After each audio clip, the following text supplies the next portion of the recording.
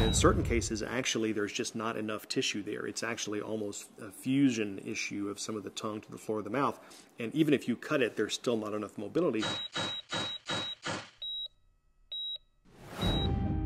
The bottom line is you're trying to cut the tie so that, it's too thick and too long. There's supposed to be a little tie there, but it's supposed to be small and in the midline and fairly far back, relatively speaking.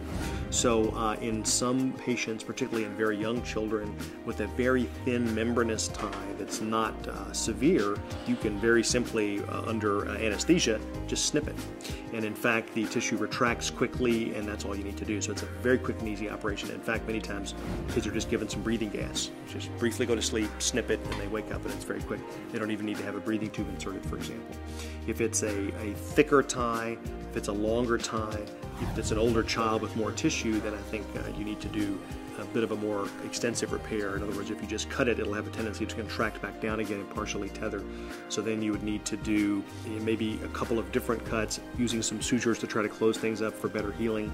And in certain cases, actually, there's just not enough tissue there. It's actually almost a fusion issue of some of the tongue to the floor of the mouth. And even if you cut it, there's still not enough mobility. So then you would have to do some rotation of tissue, some flaps, and some sort of techniques like are used in plastic surgery elsewhere, some sort of rotational techniques to actually borrow tissue from someplace else to recreate some mobility of the tongue, and that's an even more extensive sort of procedure.